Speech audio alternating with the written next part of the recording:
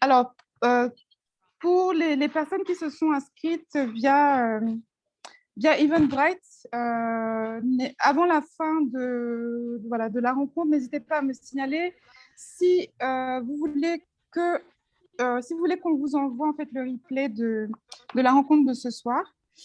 Voilà, donc bienvenue encore une fois à tous et toutes pour ce webinaire. Donc sur comment se créer un réseau professionnel de qualité.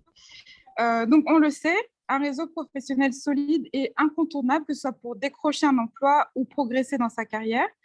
En France, pour ceux qui viennent de France, le réseau est la première façon d'accéder à un emploi. Donc, la sollicitation du réseau personnel et ou professionnel permet 37% en fait, des retours à l'emploi. Donc, ça c'est pour la France. Donc, ce sont les relations personnelles, la famille, les amis, les voisins, les camarades de l'église ou de l'équipe de foot, ou voilà. Et aussi les relations professionnelles, donc les anciens collègues, confrères. Oui, Julie Fernand, ouais. Patron, client, fournisseur. Et donc, c'est vrai ça en Europe, c'est vrai aussi en Afrique plus qu'ailleurs, puisqu'on le sait, en Afrique, voilà, il y a une blague là qui circule souvent qu'en Afrique, quand on vient chercher un travail, on ne vous demande pas vos diplômes, mais on demande qui vous envoie. Donc, quelles sont les relations que vous avez en commun, quel est votre cercle de relations. Donc, tout ça, c'est encore plus vrai pour l'Afrique. Mais bien sûr, se bâtir un réseau professionnel, ça ne se fait pas en un jour, ça se fait avec le temps. Et maintenant, quelles sont les astuces, quelles sont les étapes pour développer son réseau professionnel? C'est de ça dont nous allons parler ce soir avec Aurore Foukissa. Donc, elle est responsable d'équipe dans le courtage d'assurance. C'est également la fondatrice du podcast Le Plafond de Verre, qui partage des parcours professionnels et scolaires de personnes racisées. Donc, bon, c'est nous, pour ceux qui, comme moi, habitent en Afrique, c'est les gens comme nous, voilà, qui habitent en France. Et voilà, donc elle va nous expliquer, nous donner certaines clés, certaines astuces dans ce webinaire. On va essayer de garder ça pas trop long, parce que voilà, certaines personnes sont connectées depuis l'Afrique. Il faut gérer la data, il faut gérer voilà, son forfait Internet. Donc, vous nous expliquerez si vous êtes frustré parce que la conversation ne dure pas assez longtemps. On va essayer de garder ça à 1h30 maximum. On va essayer aussi de garder ça un maximum interactif. Donc, Aurore va nous donner des astuces, des clés, des conseils en tant peut-être que grande sœur, mais vous aurez aussi le temps et l'opportunité de poser vos questions, les questions que vous vous posez. Et voilà, donc sans plus tarder, je passe la parole à Aurore pour qu'elle puisse se présenter à nouveau et puis vous accueillir. Voilà. Merci encore une fois à vous d'être présents. Bonjour à tous, donc je m'appelle Aurore Foukissa, comme l'a dit Rosemary. Rosemary, elle est partie. Rosemary Rosemary est partie, mais j'espère que vous me voyez tous. Oui, on te voit, on t'entend. D'accord. Et on me voit aussi? Oui, les deux.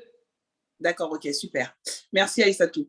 Donc, je suis Aurore Foukissa, je suis responsable servicing dans le courtage d'assurance chez un courtier européen.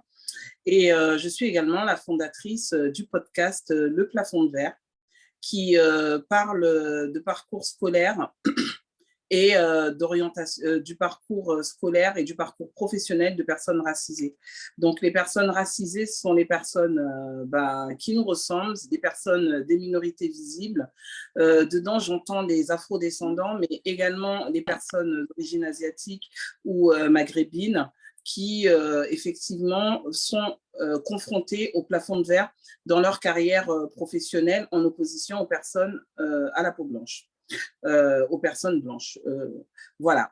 Et donc, ce podcast, je l'ai créé justement suite à mon expérience personnelle parce que j'ai pu m'apercevoir pendant ma carrière professionnelle que des gens déjà qui me ressemblent étaient assez peu représentés au poste de responsabilité et surtout qu'on n'avait pas les codes sur la façon de monter un projet professionnel ou sur la façon de construire une carrière professionnelle.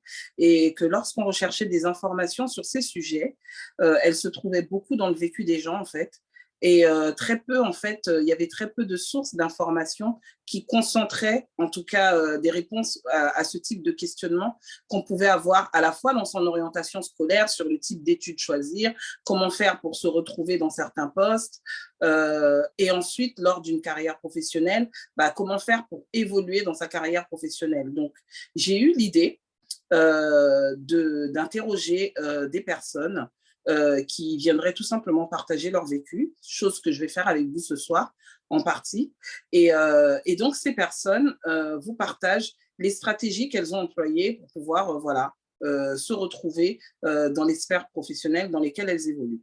Et ça touche évidemment aussi à leur scolarité, puisque parfois, ça commence beaucoup plus tôt avec un parcours d'études.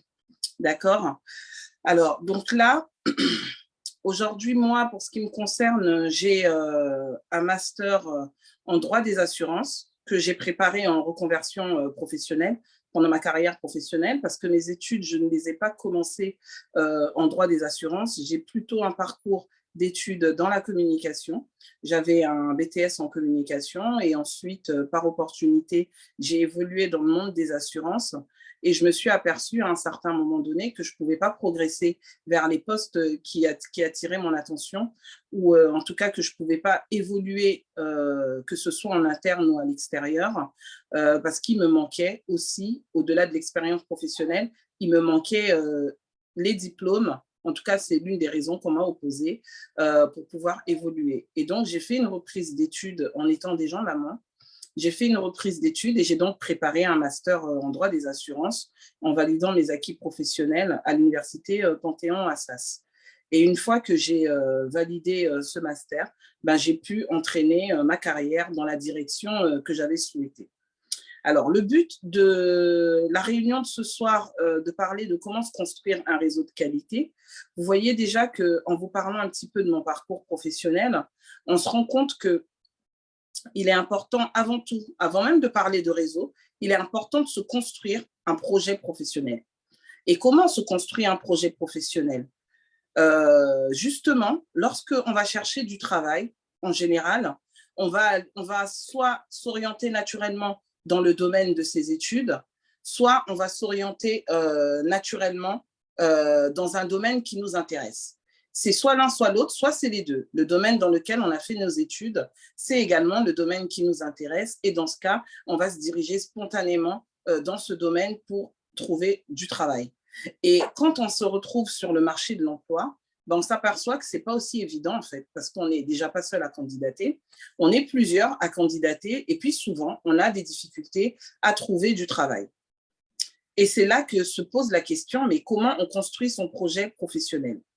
Parce qu'avant de parler de réseau professionnel, se construire un réseau professionnel de qualité, le sujet sur lequel nous parlons ce soir, pour pouvoir se construire un réseau professionnel, il faut avoir une expérience professionnelle. Ou en tout cas, il faut prétendre à une expérience professionnelle. Et pour pouvoir prétendre à une expérience professionnelle, il faut tout simplement avoir déjà travaillé à divers endroits. Et lorsqu'on travaille à divers endroits, ainsi de suite, donc, ce qu'on fait, c'est qu'on développe une expérience professionnelle et en même temps, on nourrit son réseau. Donc, j'en reviens à ce que je disais au départ. Comment on se construit un projet professionnel ? Il faut tout simplement se poser les bonnes questions. C'est vrai qu'un travail peut nous intéresser, c'est vrai qu'un domaine peut nous intéresser, mais déjà, essayer de voir, se renseigner sur ce domaine, essayer de voir si dans son entourage, parce que le réseau commence déjà dans son entourage, si on a des personnes qui exercent dans ce domaine, par exemple pour la médecine, aller rechercher leur expérience. Quel est le parcours d'études que ces personnes ont suivi ? Est-ce que ces personnes peuvent potentiellement vous intéresser à des stages qui vous permettront d'affiner votre projet professionnel, à savoir essayer d'évoluer un peu lors d'un stage et découvrir donc la matière pour voir si c'est vraiment quelque chose qui vous plaît. J'ai pris pour exemple la médecine, mais ça peut être le droit. Dans le domaine du droit, les assurances, ça touche au droit, ou encore les avocats, ou etc. Donc, dans ce type de domaine, ce qu'il faut faire, c'est déjà essayer de voir dans son proche entourage si on a des personnes qui sont susceptibles en tout cas, de participer ou d'exercer dans le domaine qui nous intéresse. Au-delà de son proche réseau, ce qu'on doit faire de toute façon, c'est se renseigner sur le secteur dans lequel on veut évoluer, se renseigner, et pour se renseigner, on a plusieurs sources d'informations, la première étant Internet, et donc essayer de voir les débouchés dans ce secteur, essayer de voir aussi le niveau d'études qui est requis, essayer de voir qu'est-ce qui peut faire, qu'est-ce qui peut nous aider à mener à bien ce projet professionnel.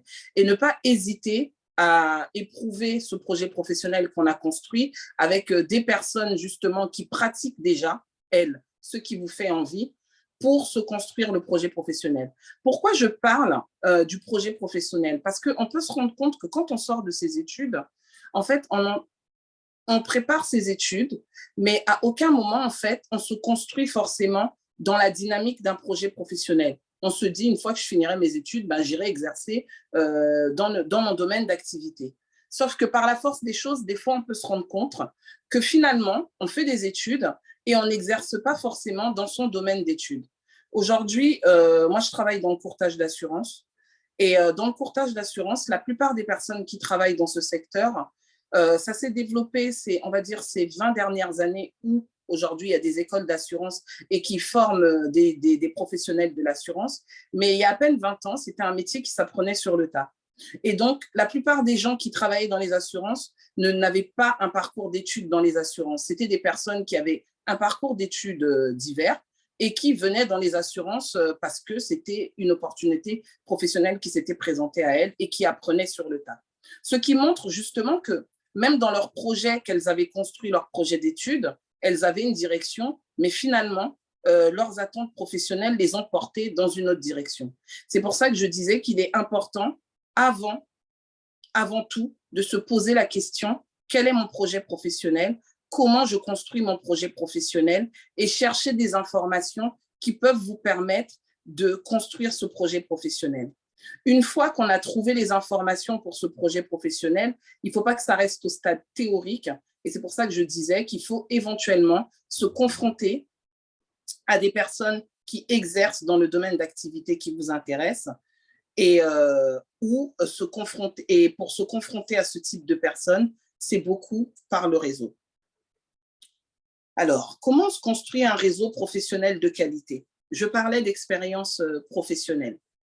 On peut constater que quand on est jeune, et là je m'adresse aux personnes de l'assistance qui sont jeunes, ce qui n'est plus trop mon cas, quand on est jeune, souvent on commence un travail et pareil, on n'est toujours pas dans une dynamique de projet professionnel, on est plutôt, on se dit, bon, je travaille, je perçois un salaire, je gagne une indépendance économique, souvent c'est le but, déjà être indépendant économiquement.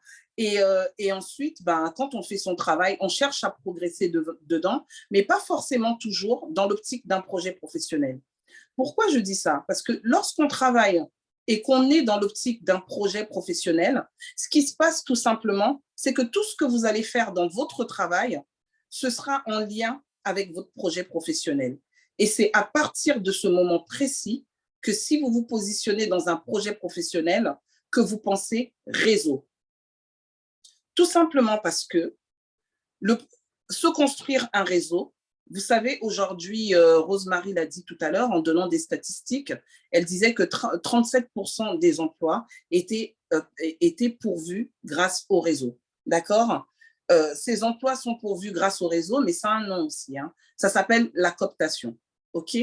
Et la cooptation, c'est simplement la recommandation d'une personne de votre réseau pour un poste qui est à pourvoir et vous venez par recommandation. Elle a pris un exemple tout à l'heure qui était assez parlant et qui ne s'applique pas qu'en Afrique, mais aussi en France, qui vous envoie. En France, on ne va pas vous dire qui vous envoie, mais par contre, votre CV, ou en tout cas vos références, vous retrouvez dans la boîte mail d'un DRH ou sur le bureau d'un DRH, tout simplement parce que vous avez été recommandé par quelqu'un de votre réseau. De la même manière, il y a des postes dans mon secteur d'activité, en tout cas c'est le cas, qui n'arrivent même pas sur le marché, tout simplement parce que ces postes, ils sont pourvus par cooptation et donc par le biais du réseau. C'est pour ça que je disais que lorsque vous êtes dans un emploi, en fait, et que vous êtes dans l'optique d'un projet professionnel, il faut vraiment, vraiment vous attacher à vous construire un réseau. Et comment on se construit un réseau quand on travaille quelque part? Déjà, votre première carte de visite, c'est votre relationnel. Comment vous interagissez avec les gens avec lesquels vous travaillez? Lorsque vous intégrez une entreprise, vous intégrez un service et ce service interagit parfois avec d'autres services ou pas. Quoi qu'il en soit, une entreprise, pour qu'elle fonctionne, elle a différentes strates, elle a différents intervenants, que ce soit la personne de l'accueil ou la personne du café ou encore les personnes des services généraux ou encore l'infirmerie. En tout cas, toutes les personnes qui composent l'entreprise sont de potentielles personnes qui peuvent constituer votre réseau. Ça ne veut pas dire forcément qu'il faut aller parler avec tout le monde. Non. Simplement, ce que je vous disais, c'est que si vous soignez votre relationnel, et c'est pour ça que je parlais du relationnel, si vous soignez votre relationnel, vous serez naturellement enclin à créer du lien avec des personnes. Et donc, en créant du lien avec des personnes, vous allez commencer, sans vous en rendre compte, à vous créer un réseau, à vous constituer un réseau. Donc, la première chose qui vous permet de vous construire un réseau professionnel de qualité, c'est votre relationnel.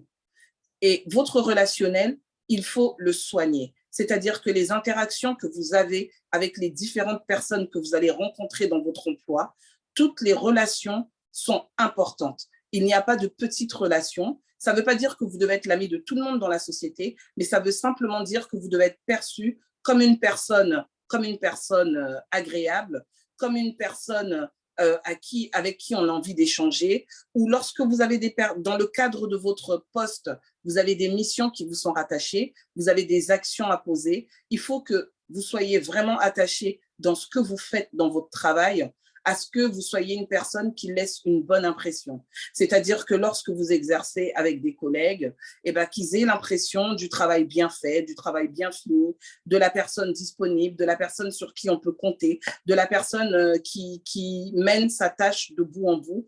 Toutes ces choses-là, ce sont des choses qui contribuent à nourrir votre relationnel. Et pourquoi? Parce que, en fait, simplement les personnes qui interagissent avec vous, on travaille tous en entreprise, les gens parlent entre eux, en fait. Ah, tu connais Gisèle? Ah, Gisèle, ah oui, la fille de la communication, là. Ah oui, elle est sympa, cette fille. Ah oui, j'avais eu un problème une fois et puis elle m'avait aidé. Ah oui, oui, elle est efficace. Hein. Et en fait, c'est comme ça déjà que vous vous construisez une réputation. J'en viens à la deuxième chose. Le relationnel vous permet d'entretenir votre réputation. Et votre réputation, sans que vous le sachiez, c'est une carte de visite. Pourquoi? Parce que je parlais de cooptation tout à l'heure. Et en fait, tout simplement, dans la cooptation, il y a un moment où on pratique ce qu'on appelle l'enquête de référence. L'enquête de référence, ça veut dire qu'on va tout simplement aller interroger les personnes avec qui vous avez pu travailler de par le passé, si on ne vous connaît pas assez, pour se renseigner sur la personne que vous êtes. Est-ce que vous êtes le collaborateur qui est attendu? Est-ce que vous êtes un collaborateur qui s'intègre facilement? Est-ce que vous êtes un collaborateur qui a les compétences qu'il prétend avoir? Et cette enquête relationnelle, cette enquête de référence, si vous n'avez pas un bon relationnel, c'est à ce moment-là que ce type de choses ressortent en fait. Oui, il est bien, mais oui, il n'est pas très rigoureux. Ah oui, mais il n'est pas ceci. Vous voyez? Donc, il est très important de soigner votre relationnel et de soigner votre travail, là où vous êtes, parce que ce sont les premières choses qui vont vous aider à vous construire un réseau. Ensuite, lorsque vous travaillez quelque part, vous allez forcément identifier des personnes qui sont susceptibles, déjà dans vos interactions, vous allez avoir des interactions avec des personnes, certaines vous allez avoir envie de les creuser, d'autres pas. Il faut simplement vous dire que quand vous travaillez quelque part, vous préparez votre prochaine opportunité professionnelle. Que même si votre prochaine opportunité professionnelle ne provient pas du poste que vous occupez, mais l'impression que vous allez laisser dans le poste que vous occupez est fondamentale parce qu'elle peut vous suivre longtemps, elle peut vous suivre même des années. Et le relationnel que vous allez construire également là où vous travaillez, c'est aussi quelque chose qui est fondamental parce que c'est quelque chose qui va aussi vous suivre pendant des années. C'est pour ça que j'en reviens à ce que je vous disais au départ, le projet professionnel, parce que lorsqu'on pense à un projet professionnel, on voit sa carrière dans son ensemble. On se dit pas juste, je travaille là pour 2 ans et puis après je m'en vais. Bon, de toute façon, comme c'est que pour 2 ans, je m'en fous de toute façon, j'ai rien à soigner, c'est quelque chose comme ça, c'est pour dépanner, c'est quelque chose comme ça. Donc, je le fais en passant. Non, même cette expérience professionnelle, si vous avez prévu de la mettre sur votre CV, elle peut potentiellement vous suivre. Et c'est pour ça que partout où vous êtes, vous devez soigner votre relationnel et soigner votre travail. Ensuite, lorsque vous allez interagir avec des gens, dans le cadre de votre travail, vous allez échanger avec des gens qui soit ont un lien direct avec votre travail, soit sont des personnes qui sont transverses. J'ai pris un exemple tout à l'heure en parlant, par exemple, d'une personne qui exerce au département communication. Peut-être que si vous avez développé un relationnel avec cette personne, vous pouvez garder des relations avec cette personne. Et cette personne qui est à la communication, un jour, vous ne savez pas, elle peut être à l'écoute d'opportunités qui vous correspondent. Et si elle est à l'écoute d'opportunités et que vous avez gardé des relations, peut-être que si elle connaît votre parcours, elle peut vous faire part de ces opportunités. Et c'est comme ça, en fait, que petit à petit, vous pouvez potentiellement vous constituer un réseau. On parlait de réseau de qualité. C'est pour dire justement que votre réseau, vous ne le construisez pas forcément qu'avec des personnes qui exercent la même chose que vous. Vous pouvez le constituer dans tous les emplois où vous passez, tout simplement par le biais de votre relationnel. Ça peut être avec une personne DRH, ça peut être avec une personne qui exerce au service juridique, ça peut être avec une personne qui existe au service comptabilité. Ça ne veut pas forcément dire que partout où vous allez, vous devez vous créer des amis.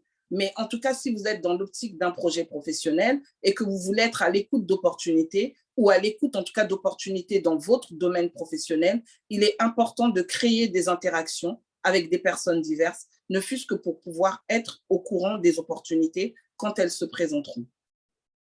Donc, comment se constituer un réseau de qualité? Soignez votre relationnel, créez du lien là où vous travaillez, soignez votre travail et aussi surtout, très important, gardez en fait des relations avec des personnes.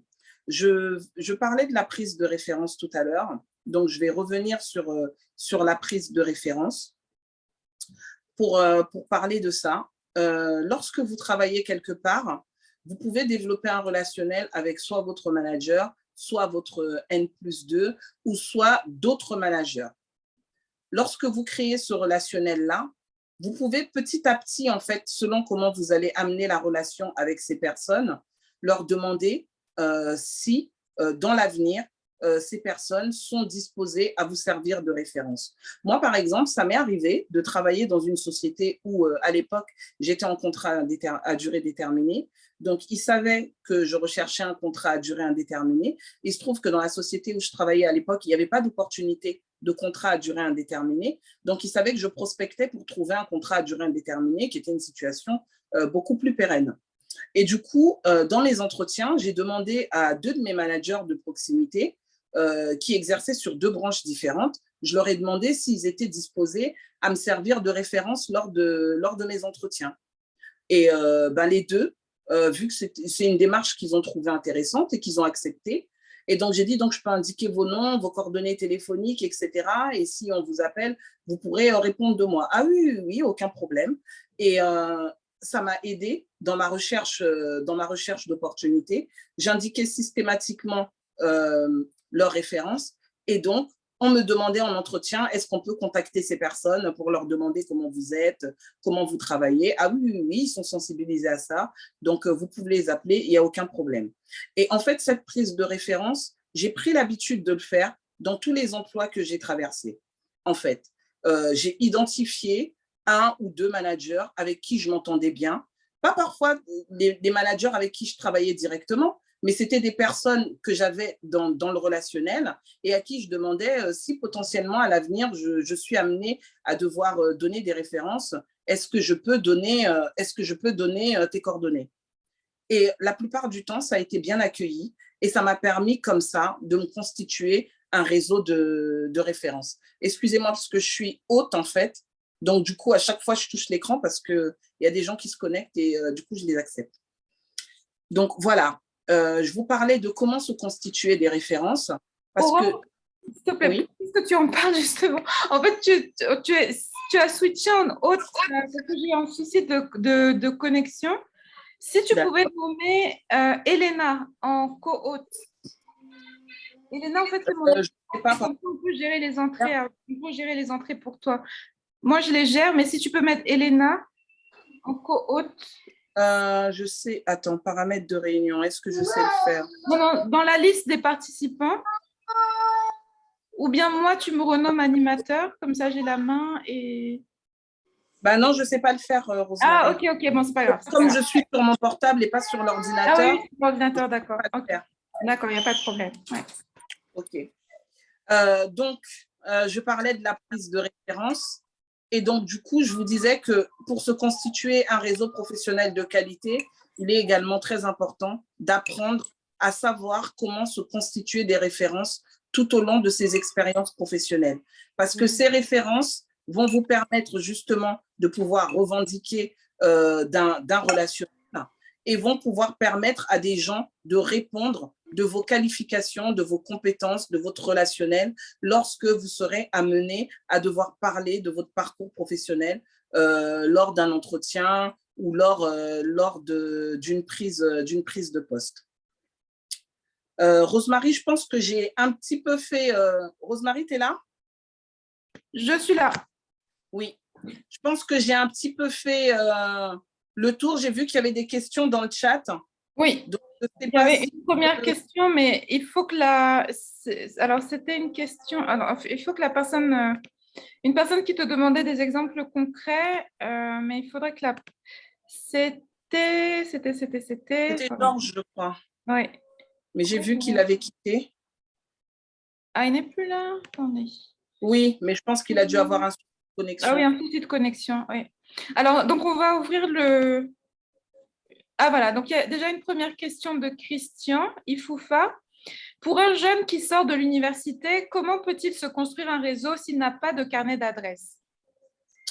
Alors, déjà, pour un jeune qui est à l'université, il commence à se constituer un réseau dès l'université. Il faut savoir que vos professeurs, c'est également un réseau.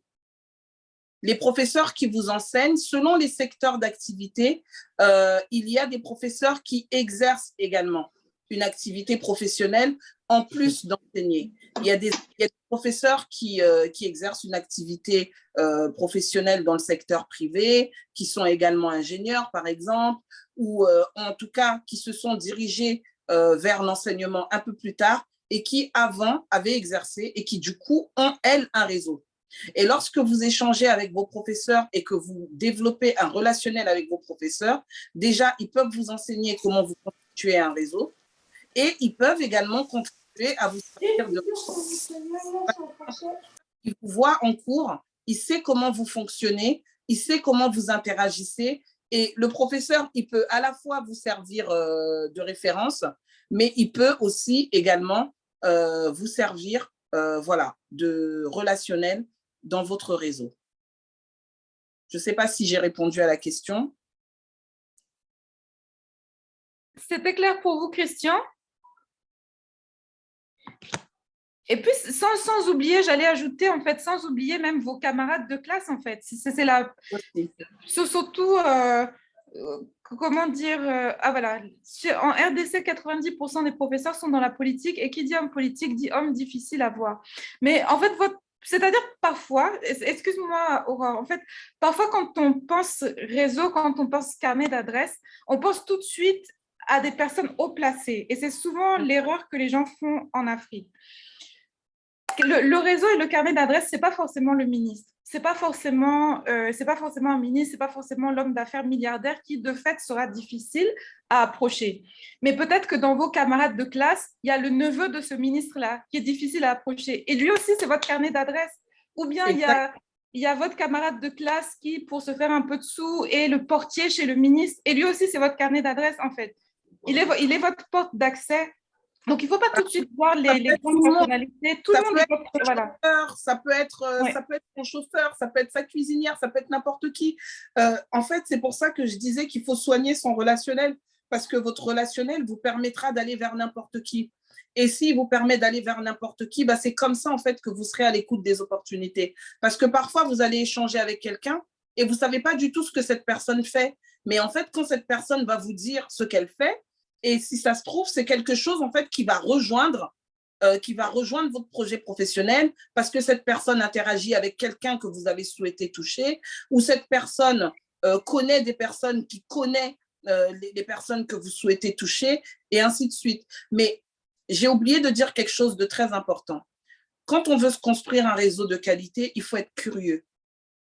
C'est hyper important d'être curieux. Ça veut dire que quand vous échangez avec les gens, ce n'est pas être intrusif. Je fais très bien la différence entre être intrusif et être curieux. Mais être curieux, en fait, ça va vous permettre d'en savoir un petit peu plus sur les environnements ou sur les personnes avec qui vous échangez, et ça vous permettra d'identifier des opportunités. C'est hyper, hyper important. C'est pour ça que je vous disais, par exemple, ça peut être le chauffeur de la personne qui vous intéresse. Et le chauffeur de cette personne, c'est supposé être un chauffeur, mais c'est peut-être la personne qui va vous ouvrir l'accès vers la personne que vous souhaitez toucher. Donc, c'est hyper important. Deuxième question de Christian. On peut se construire un réseau dans des webinaires pareils? Oui, aussi. Tout simplement parce que vous allez identifier les personnes. Si vous avez envie aujourd'hui de réseauter, ce qui se fait assez régulièrement, aujourd'hui, il y a des réseaux sociaux, et le réseau professionnel par excellence, c'est LinkedIn. Et vous allez suivre les personnes qui vous intéressent sur LinkedIn, en tout cas celles qui sont identifiées avec leur nom, prénom. Et lorsque vous abordez les gens sur LinkedIn, pareil, c'est hyper important, il faut savoir comment aborder les gens. Parce que les gens ne savent pas toujours comment aborder les gens. Quand vous ne connaissez pas les gens, vous ne leur écrivez pas « Salut, je t'ai rencontré dans un webinar, est-ce qu'on peut échanger ?» Non, vous approchez la personne comme si vous l'approchiez professionnellement, et vous demandez à créer un contact.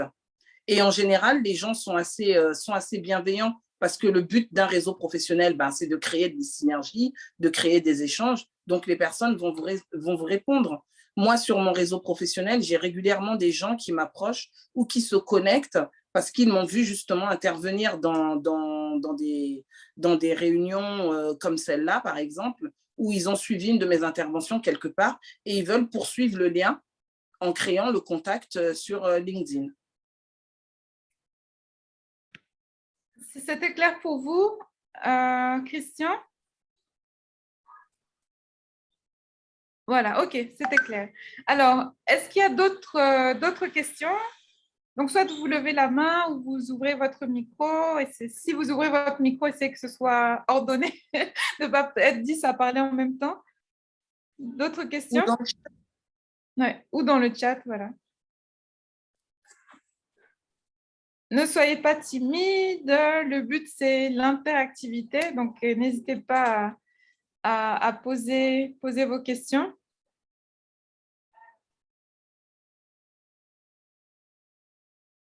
Alors, moi, je vais poser une question. Je vais poser une question. Donc, on dit souvent que En fait, bon, je ne sais pas si c'est vrai dans tous les pays, mais bon, en faisant mes petites recherches, en France, en fait, en fait, plus on est diplômé, plus notre réseau, c'est nos anciens collègues, nos camarades d'école, etc., etc. Ou en tout cas, plus on est d'un milieu aisé et plus on est d'un milieu modeste, plus le réseau, c'est juste familial, en fait. C'est juste familial. Maintenant, entre ces deux types de réseaux, est-ce qu'il y en a un qui est plus efficace que l'autre? Est-ce qu'il y en a un qui est plus à soigner, entre guillemets, que l'autre? Ou bien est-ce que, voilà, quand on cherche un emploi ou une promotion, est-ce qu'il faut taper tous azimuts? Ça, c'est une idée reçue, je trouve, qui est très française, hein, parce qu'en France, c'est assez élitiste. Donc, effectivement, on va cloisonner en disant que, bon, quand on est d'origine modeste, son réseau, il est plutôt familial. Et quand on évolue dans une autre sphère sociale, on a plus de variété dans le réseau. Mais si on a suivi ce que j'ai dit en début de réunion, j'ai dit que déjà, dès l'instant où on se constitue un projet professionnel, eh ben, on se constitue un réseau, en fait. Et qu'on soit de l'origine n'a rien à voir dedans, en fait, qu'on soit modeste ou pas modeste. Après, il y a des façons de se constituer un réseau. Il y a des personnes qui se constituent un réseau en allant, par exemple, faire un sport particulier, en allant prendre des verres après le travail avec des collègues, ou dans ce sport particulier ou certains sports élitistes, elles vont aller rencontrer des personnes qui vont évoluer dans les sphères qui les intéressent. Ça, c'est de la stratégie. Mais on n'est pas forcément obligé d'aller jouer au golf pour avoir des relations de qualité. C'est pour imager, on n'est pas obligé de jouer au golf. Par contre, on peut toucher ces personnes et on peut avoir un centre d'intérêt en commun avec ces personnes qui font que du coup, bah, ça va créer du lien. C'est pour ça que je parlais au début qu'il était important, je disais au début qu'il était très important de soigner son relationnel. Parce que c'est le relationnel qui va pousser des gens vers vous ou qui va vous pousser vers les autres. Justement, c'est en lien avec la question de Jessica qui demande, je voudrais savoir, une fois que vous avez créé votre réseau, comment faites-vous pour le maintenir ou pour l'entretenir? Comment on entretient son réseau? Très bonne question, très important. Alors, par exemple, je vous parlais de références tout à l'heure et des personnes que j'avais identifiées comme faisant partie de mes références et que je donne à chaque fois lorsque je rencontre des gens. Évidemment, les références, il y a des paliers de références. Donc, il y a des personnes avec qui vous allez créer un relationnel qui va être suivi. Moi, par exemple, avec certains de mes anciens managers, ben, je déjeunais avec eux une fois par mois, histoire de créer du lien et d'échanger, de se tenir au courant un peu de comment ça se passe pour eux professionnellement et parfois aussi personnellement, selon le lien qu'on a pu créer. Et donc, on avait créé une fréquence comme ça où on se voyait une fois par mois. Et vous allez avoir des relations qui sont un peu plus distantes, qui vont rester un peu plus, un peu moins suivies. Et dans ce cas, en fait, à des moments clés, vous allez contacter ces personnes simplement pour vous garder à leurs bons souvenirs. Donc, hyper important de souhaiter les vœux de fin d'année. Si vous avez potentiellement connaissance de la date d'anniversaire de cette personne, lui souhaiter son anniversaire, ou pour les fêtes identifiées entre guillemets dans l'année, peu importe, hein, c'est les fêtes annuelles.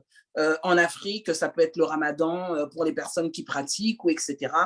Souhaiter les fêtes, c'est aussi une manière de créer du lien. Ou sinon, vous aussi, vous pouvez créer l'opportunité pour voir la personne en lui disant est-ce que vous avez une disponibilité, j'aimerais bien qu'on se voit pour échanger un petit peu et proposer une rencontre. Et lorsque vous proposez une rencontre, ça peut être la rencontre annuelle, mais cette rencontre annuelle va vous permettre de nourrir en fait votre réseau. Vous n'êtes pas obligé de voir la personne une fois par mois ou une fois peut suffire.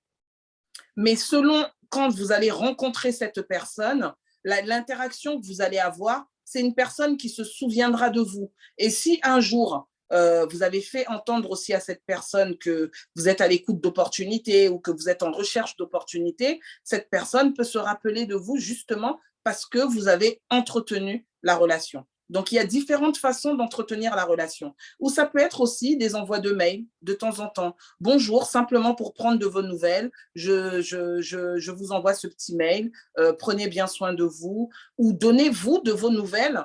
Et c'est une façon de détourner, de prendre des nouvelles de la personne. Ah bonjour, je vous envoie un petit mail pour vous dire que désormais, je travaille dans telle société, je fais ceci, j'ai pensé à vous, j'avais envie de prendre de vos nouvelles, j'espère que vous vous portez bien, à très bientôt, etc. Et avec vos références, avec votre téléphone, avec votre email, et vous allez voir que spontanément, les gens vont vous répondre, et c'est ça qui vous permettra en fait de nourrir et d'entretenir du lien. L'autre question, j'aimerais savoir, ça c'est la question de Gisèle, j'aimerais savoir comment aborder quelqu'un sur LinkedIn. J'ai souvent envoyé des messages à des personnes qui ont des profils qui m'intéressent, mais pas de réponse. Mon approche a pourtant été très respectueuse, mais pas de suite. Oui, je ne vous cache pas qu'il m'arrive aussi de faire du ghosting sur LinkedIn, tout simplement parce que des fois, vous recevez des messages et en fait, vous ne sentez pas le projet de la personne dans la prise de contact. Et il faut savoir que pour les personnes qui sont occupées, elles ont besoin de savoir quel est votre projet lorsque vous les abordez. Et ça, c'est souvent ce qui manque dans les messages. Vous allez avoir une personne qui vous écrit « Ah, bonjour, j'ai bien aimé votre intervention lors du webinaire. J'espère que vous allez bien. Au revoir. » OK. Et parfois, vous pouvez prendre connaissance de ce message. Vous êtes dans une phase occupée. Donc, vous prenez connaissance du message, vous dites « Je vais y répondre plus tard parce qu'il n'y a pas de caractère d'urgence. » Et en fait, vous zappez tout simplement. Vous ne répondez pas. Et en fait, vu que cette personne, vous n'avez pas spécialement interagi avec elle, ben en fait, elle passe à la trappe.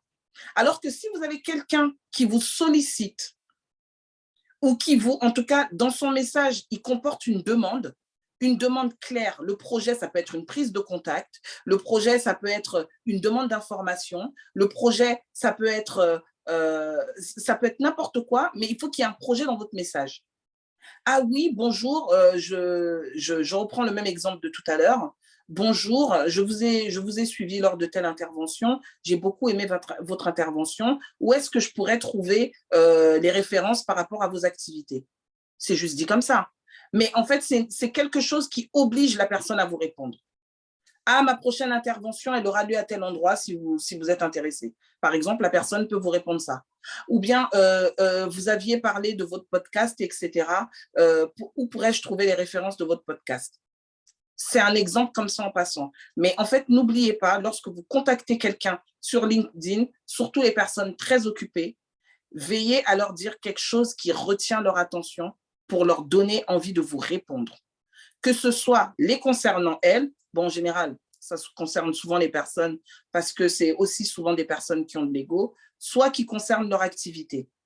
Ah, j'ai vu qu'il se passait tel truc sur le marché vous concernant, j'ai pensé à vous. Ou bien là, j'ai vu, ça peut être toi, Rosemary, ah, j'ai vu que désormais, vous évoluez à BBC Afrique et j'ai trouvé ça très intéressant. Est-ce que vous êtes au courant de tel truc? Bref, en tout cas, manifester de la curiosité, manifester de l'intérêt pour pouvoir susciter une réponse. Alors, merci Aurore pour cette réponse. Donc, une réaction de Christian qui dit qu'effectivement, je crois que même en étant d'un milieu modeste ou chômeur, on peut se créer un réseau efficace en intégrant des clubs. Par exemple, il y a des ambassades qui ont des clubs, Centre Wallonie-Bruxelles, l'Institut français, l'ambassade des USA, voilà, exactement, des clubs de jeunes, des clubs d'anglais, voilà, tout ce que vous pouvez faire qui a un lien avec avec le monde professionnel, en fait, ou pas, d'ailleurs. D'ailleurs, tu parles de l'anglais, c'est très intéressant que tu parles de ça, parce que les cours d'anglais sont également un bon moyen de se constituer un réseau. Exactement, oui, exactement. Parce que souvent, dans certains niveaux de cours d'anglais, ce sont des personnes, en fait, qui veulent améliorer leur anglais professionnel pour pouvoir donner de la qualité à leurs interactions professionnelles, et sont des personnes issus de milieux professionnels variés. Donc, le fait de pouvoir partager des cours d'anglais avec des personnes de partout, ça peut également vous constituer une source de réseau. Alors voilà, donc c'est Christian, toujours dans le même sens. L'autre frein du côté relationnel, c'est la langue. Il y a des milieux riches en opportunités, mais parfois, la langue là-bas, c'est l'anglais. Et du coup, c'est difficile d'aborder les personnes présentes. Alors, Christian, je dirais, moi, pour avoir beaucoup baigné dans des milieux anglophones, je dirais que souvent, alors les francophones, souvent, on se met beaucoup de barrières. Parce que chez nous, on est très pointilleux. Si tu as dit le à la place de là ou là à la place de le, la personne va te regarder bizarrement et se moquer. Les anglophones sont très pragmatiques. Donc, ton anglais peut être bizarre comment, à partir du moment où il arrive à comprendre ce que tu dis, ce n'est pas son problème. Tu peux faire des fautes, il va même trouver bien. Il va trouver bien déjà que tu parles sa langue, que tu fasses un effort pour la parler, même si c'est pas parfait. Et voilà, c'est plutôt ça qu'il regarde. Et c'est pas la qualité de ton anglais. Tu peux ne pas avoir un anglais de Shakespeare, mais à partir du moment où tu arrives à te faire comprendre plus ou moins, c'est tout ce qui compte en fait. Les anglophones ne sont pas comme nous. Voilà. Donc, si ça peut t'enlever des complexes de parler anglais, si tu trouves que ton anglais n'est pas top, voilà, essaye toujours. Être audacieux, il faut être audacieux, il faut oser, il faut oser. Pour se créer un réseau de qualité, il ne faut pas venir avec des croyances limitantes en se disant non, bon, moi je suis modeste, je ne vais pas l'intéresser, ou etc. Il faut oser. Moi, je vais vous dire, par exemple, j'ai eu à faire un entretien d'embauche. Et en fait, en allant à cet entretien d'embauche, je m'étais documentée sur la personne qui me recevait. Et c'était un directeur. C'était un directeur assez haut placé. Et lorsqu'il m'a reçu en entretien, moi, je m'étais documentée sur son parcours, sur ses centres d'intérêt, sur la personne. Merci Google, hein, j'ai juste fait du Google. Et donc, je suis allée à l'entretien armé. Et en fait, cette personne, lors de l'entretien, elle m'a interrogée sur mes centres d'intérêt. Et en fait, Rosemary ne l'a pas dit, mais je suis également chroniqueuse littéraire et écrivain. Et cette personne m'a interrogée sur la littérature. Et en fait, je ne savais pas, il se trouve que cette personne était férue de littérature et on a passé 45 bonnes minutes, mais à développer dessus.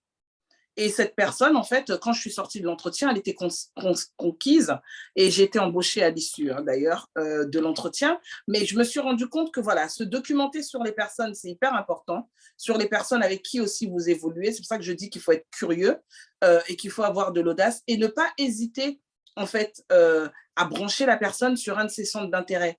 Parce que justement, c'est ça qui va amener la personne à s'intéresser à vous vraiment en tant qu'individu et dépasser ce qu'elle peut savoir de vous juste en vous regardant. Merci. Alors, voilà. Alors, une question de Vanessa. Parfois, la difficulté est de rencontrer d'autres personnes que celles de son service dans l'entreprise. Alors, ça dépend du domaine, car dans les grandes entreprises, c'est assez segmenté. Donc, dans une entreprise où ça fonctionne beaucoup en silo, comment on fait pour voilà, suivre ton conseil, d'aller se brancher avec les gens d'autres services? Moi, en fait, j'ai une façon de faire parce que j'ai beaucoup travaillé en transverse et je suis très branchée téléphone. Donc, c'est très français d'envoyer des mails pour 10 choses, même pour dire merci. Et, les Français adorent s'envoyer des mails à rallonge pour rien dire. Et en fait, moi, ça m'horripile parce que je trouve que c'est une perte de temps immense. Et quand il y a des sujets que je trouve qui sont beaucoup plus pratiques à aborder de vive voix, je prends mon téléphone et j'appelle. Et vous savez quoi? Le téléphone, c'est le meilleur outil pour créer du relationnel. Parce que parfois, vous avez une personne avec qui vous interagissez ponctuellement parce qu'elle ne fait pas partie de votre service, mais vous avez à interagir sur ce truc-là en commun. Et en fait, juste, au lieu de faire la prise d'information par email, vous pouvez téléphoner. Et lorsque vous téléphonez, vous allez créer du lien. Ça, c'est une des astuces parmi tant d'autres qui peuvent vous permettre d'échanger avec des...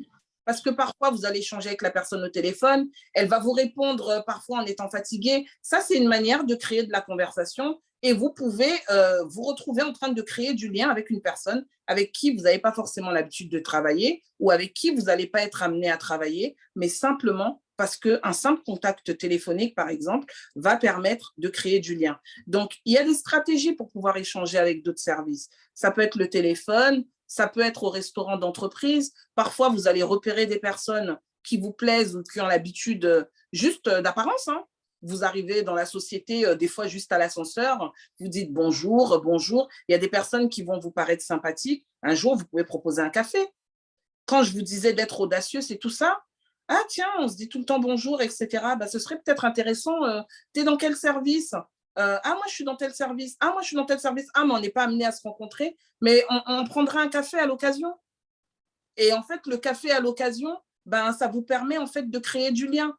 Et vous allez prendre le café avec la personne. Et parfois, en allant prendre le café avec la personne, vous allez vous retrouver en train de développer une relation. Ou il y a un autre aussi paramètre où on peut nouer du relationnel, les formations internes. Des fois, vous avez des formations internes, pas forcément des formations dans votre domaine d'activité. Ça peut être une formation interne à laquelle participent tous les employés parce que c'est une mise à jour, etc. Et lorsque vous allez dans cette formation, ben pareil, vous pouvez vous créer du relationnel avec les personnes qui sont là. Ah, toi, tu es dans quel service? Ah, etc., etc., etc.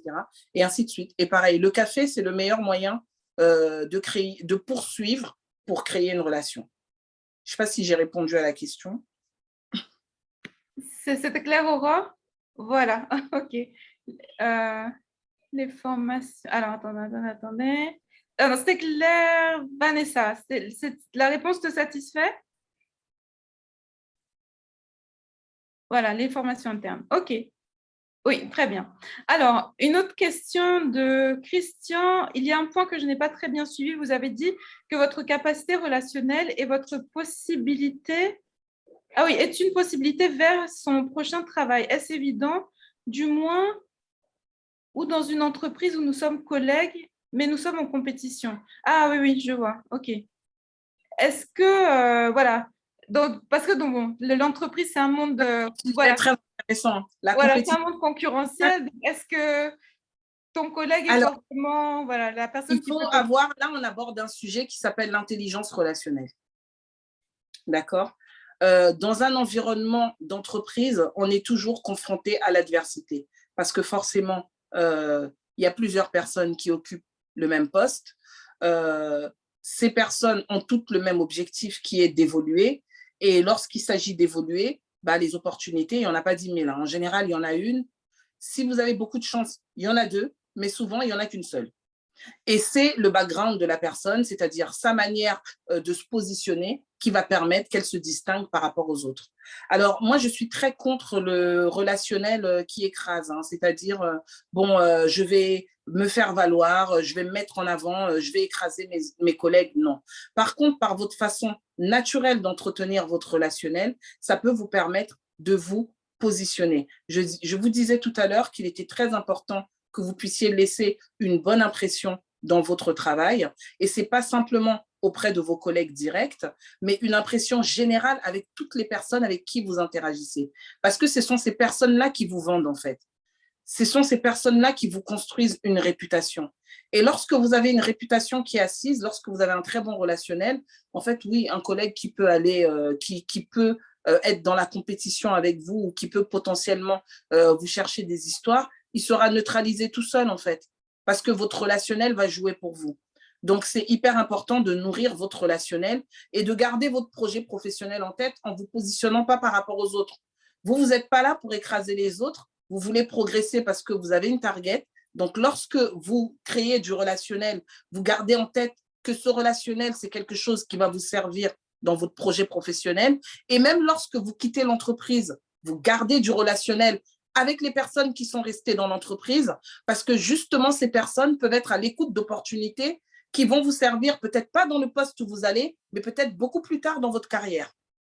Et vous ne savez pas aussi les gens où ils vont évoluer. Vous allez rencontrer aujourd'hui une personne, elle est assistante, ou vous allez rencontrer une personne, aujourd'hui, il est chargé de logistique, et lui aussi, il évolue de son côté.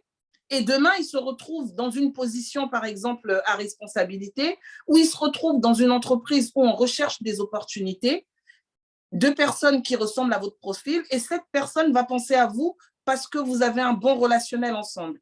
Donc, c'est pour ça que je disais que l'entreprise où vous êtes prépare toujours vos prochaines opportunités, selon comment vous allez gérer votre relationnel. Je ne sais pas si ça a répondu à la question.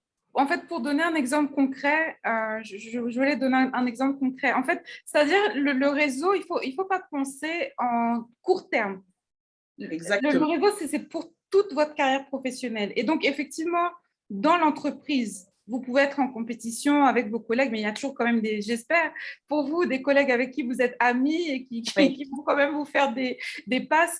Mais c'est-à-dire il faut penser sur le long terme. Moi, là, actuellement, donc j'ai eu une opportunité professionnelle via une collègue avec qui on a travaillé ensemble. Donc, je suis journaliste, donc on était collègues dans la même entreprise de médias. Elle a quitté pour aller ailleurs.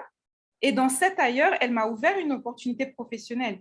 Voilà. Donc, ce n'était pas forcément pour dire qu'au sein de la structure même, voilà, parfois, c'est-à-dire qu'il faut penser vraiment sur le long terme. Comme a dit Aurore, c'est une histoire de projet professionnel. Et un projet professionnel, ce n'est pas qu'à 3 mois, 6 mois, c'est aussi dans 3 ans, dans 5 ans. Voilà, vos anciens collègues qui vont évoluer dans d'autres structures, qui peuvent vous faire des passes, qui peuvent soit vous dire que voilà, dans ma nouvelle structure, on recrute, ou on a besoin d'un freelance, ou on a besoin d'un consultant, et qui vont vous ouvrir comme ça d'autres portes, en fait. Il faut vraiment voilà, sortir de l'immédiateté. C'est sur le long terme, sur la durée. Exactement, exactement. Et il faut vraiment, vraiment penser au long terme. Moi, je vais illustrer, par exemple, j'ai reçu un candidat il y a quelques temps, et il se trouve que cette personne, elle a travaillé dans 2 boîtes où j'ai travaillé et où j'avais un très bon relationnel. Donc, lorsque j'ai dû faire la prise de référence, je suis passée par mon réseau, en fait, pour me renseigner sur cette personne. Et ce que je peux vous dire, c'est que ce genre de choses, ça suit, parce que les 2 interrogations que j'ai faites à mon réseau et à des personnes différentes, la prise de référence qui est revenue était négative. La personne, évidemment, elle n'a pas eu le poste parce que, en fait, moi, le retour qu'on m'a fait, c'est que la personne, ça ne collait pas. Il était hors de question, en fait, que ce candidat soit retenu. Mais vous voyez à quel point ça peut vous suivre, en fait. C'est-à-dire que cette personne, elle a travaillé dans ces sociétés il y a quelques années, il y a presque 10 ans. Mais moi, je me suis renseignée grâce à mon réseau, en fait, sur cette personne pour savoir comment elle était relationnellement, comment elle se comportait professionnellement. Et les retours dans les 2 sociétés ont été négatifs. Et ça, scellé le sort de cette personne des années après. C'est pour ça que ce que dit Rosemary est très important, c'est vrai. Il ne faut pas avoir une vision court-termiste, il faut avoir une vision d'ensemble par rapport à votre projet professionnel et votre carrière professionnelle. Alors, question de Christian à nouveau. Est-ce qu'on peut avoir un bon réseau, mais ne pas avoir une bonne planification de carrière? Oui, c'est possible. C'est aussi possible. Ça s'appelle se définir une stratégie professionnelle parce que vous pouvez avoir des aspirations, mais il est important de vous fixer des objectifs à court, à moyen terme, de réinterroger ces objectifs et aussi de questionner la pertinence de ce que vous visez. Qu'est-ce que vous faites pour atteindre ces objectifs? Aujourd'hui, si vous souhaitez, par exemple, on va dire à terme, à horizon 10 ans, devenir directeur quelque part. Bon, je vise tout de suite haut, mais c'est fait exprès. Vous êtes assistant. Qu'est-ce que vous allez faire pendant ces 10 ans pour vous amener là où vous voulez arriver? Est-ce que vous allez juste vous contenter de travailler quelque part et en attendant d'être remarqué pour ainsi progresser? Est-ce que vous allez devoir vous former pour pouvoir évoluer?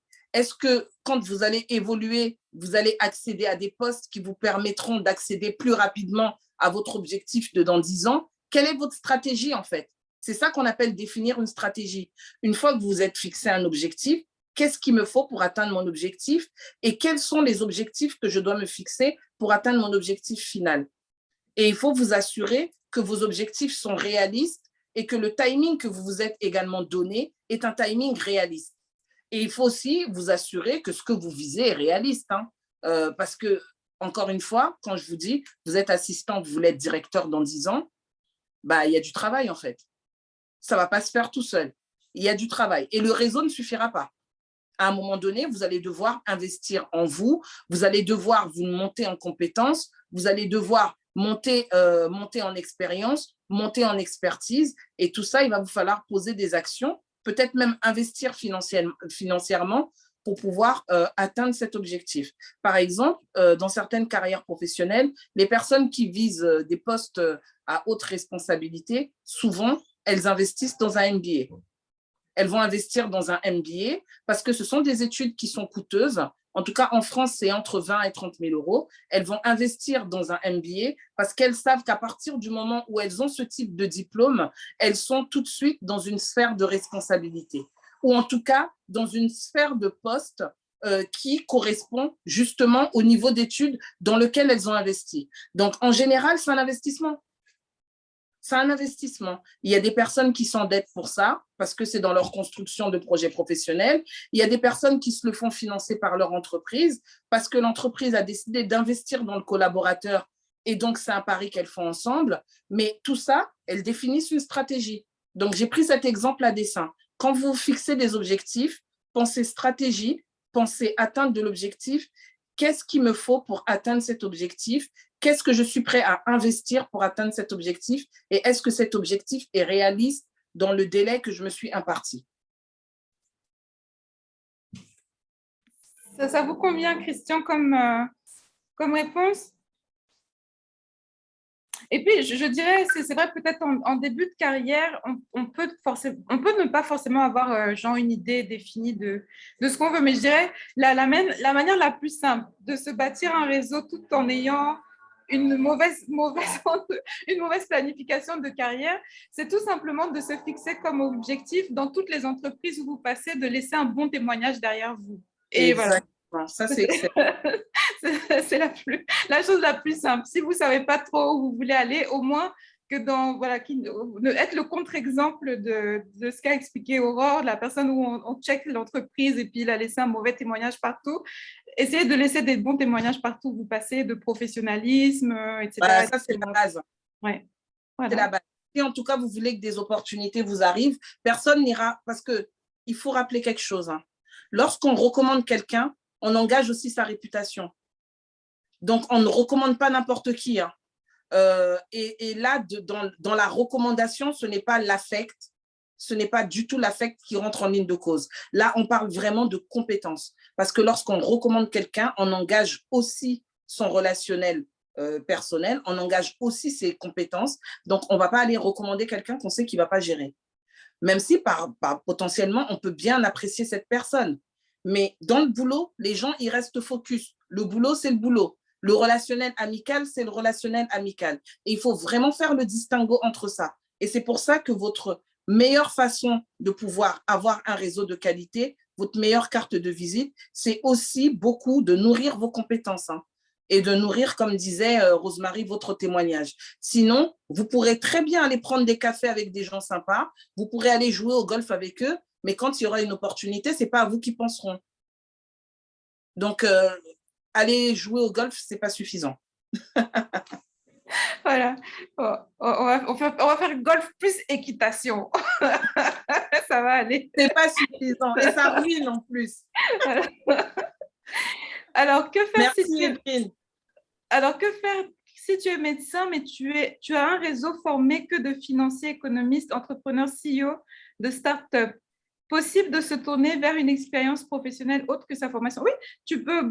Moi, je dirais rapidement, c'est-à-dire tu peux développer un business autour de la biotech ou je ne sais pas quoi. Il y a plein d'opportunités. Il y a plein de médecins qui font en tout cas en Europe, des médecins qui font des MBA justement, pour après basculer sur des entreprises liées à… Mais quand même, Rosemary, si tu es médecin et que tu n'as pas de relationnel en tant que médecin, entre médecins, c'est compliqué. Relationnel ailleurs, il y a quand même des questions à se poser. Parce que le relationnel commence quand même là où tu es. Et s'il y a bien des personnes qui ont du relationnel, c'est les médecins. Et à propos de ça, j'ai une anecdote. Quand j'étais en Côte d'Ivoire, en fait, j'ai fini j'ai eu mon BTS et je devais sanctionner mon BTS avec un stage. Et comme ce n'était pas mon pays d'origine, j'avais des difficultés à trouver en fait un stage. Et puis, il y avait aussi l'ivoirité qui n'encourageait pas trop les entreprises à prendre des stagiaires. J'avais mon cousin Germain qui faisait son internat en Côte d'Ivoire et qui, du coup, du fait qu'il faisait son internat, il exerçait dans des cliniques privées et donc, il avait un réseau plus ou moins étendu. Et grâce à son réseau, pourtant, il était médecin, il a réussi à me trouver un stage à la BAD via une personne de son réseau.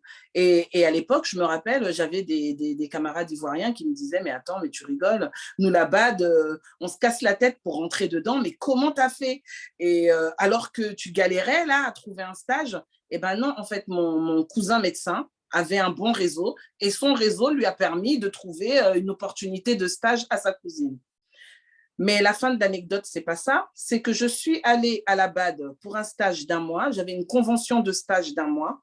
Et en fait, j'ai tellement nourri mon relationnel avec mon maître de stage que je suis restée à la BAD 1 an au lieu des 1 mois. Vous voyez? Donc, c'est pour ça que je vous dis, il est hyper important de bosser votre relationnel parce que derrière, il peut vous créer des opportunités que vous n'avez pas prévues en fait. Moi, c'est mon cousin qui m'a introduit Mais ce n'est pas mon cousin qui m'a fait sympathiser avec la personne ou qui m'a fait fournir un travail de qualité. Mon maître de stage m'a pris en affection, elle appréciait mon travail et en fait, elle m'a demandé de rester. Et comme en plus, je n'avais pas d'opportunité, bah, du coup, je suis restée. Vous voyez? Alors, merci Edrine pour le témoignage. Donc, bien que je n'ai pas d'exemple à partager sur le relationnel en entreprise, je peux m'en servir dans la collaboration avec des grands clients. Effectivement, le relationnel, voilà, ce n'est pas que pour les salariés, c'est aussi pour les entrepreneurs et peut-être encore même plus pour les entrepreneurs. Ah oui, et avec les clients, il y a des choses à faire. On parlait d'entretenir le réseau. Avec les clients, ben, on peut l'observer aussi dans les entreprises. Envoyer une carte de vœux, envoyer un panier de chocolat ou en tout cas un présent à certaines fêtes, ça laisse sa trace. Envoyer un petit mot personnalisé, faire une invitation à déjeuner ou une invitation à dîner, tout ce genre de petites choses nourrissent le relationnel. Alors, est-ce qu'il y a d'autres questions, d'autres commentaires ou des partages d'expériences, voilà, de comment votre relationnel vous a aidé à trouver qui un stage, qui un emploi, qui, je sais pas, un contrat, qui... voilà. N'hésitez pas, on a encore quelques minutes.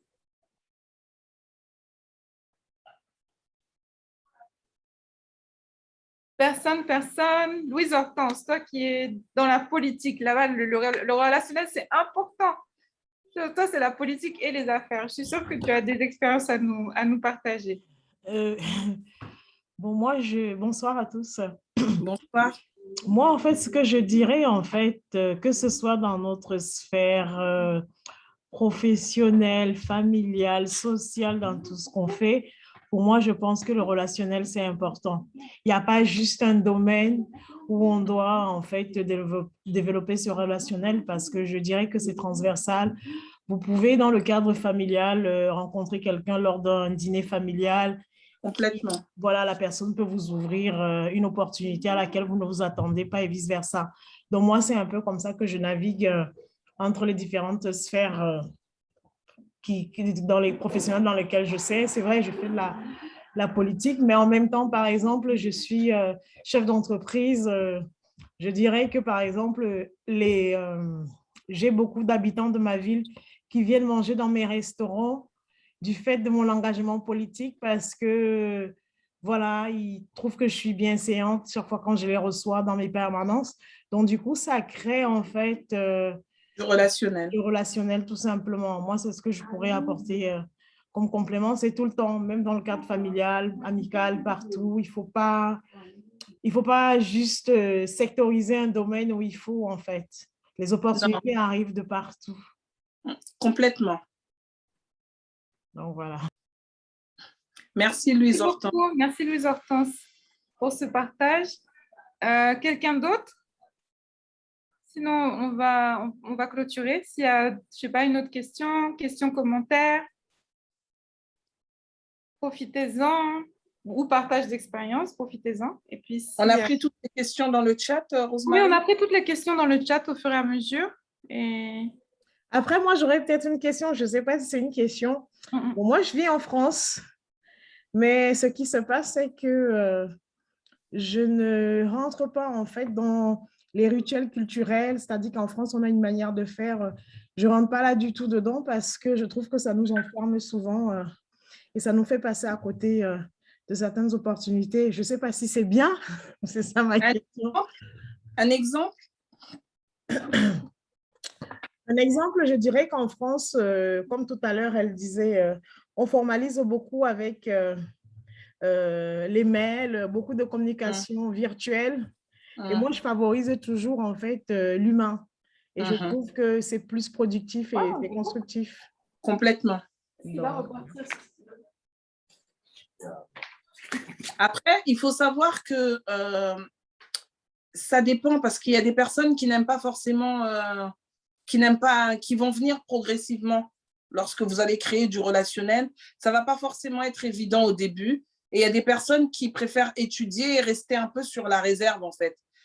Donc, il ne faut pas non plus être abrupte. Et ça, c'est aussi très français. Des fois, on va trouver que quand une personne est un peu trop sympathique, c'est suspect ou c'est opportuniste. Et parfois pas toujours. C'est tout simplement voilà, de l'intérêt. Donc, il y a une manière aussi d'aborder les gens ou d'essayer de créer du relationnel.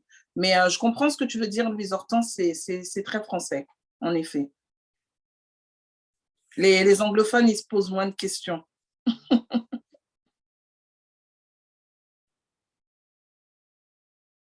Et puis, les anglophones ont cette culture vraiment du réseautage, en fait, qu'on n'a pas trop chez les francophones, que ce soit les français ou même les francophones d'Afrique.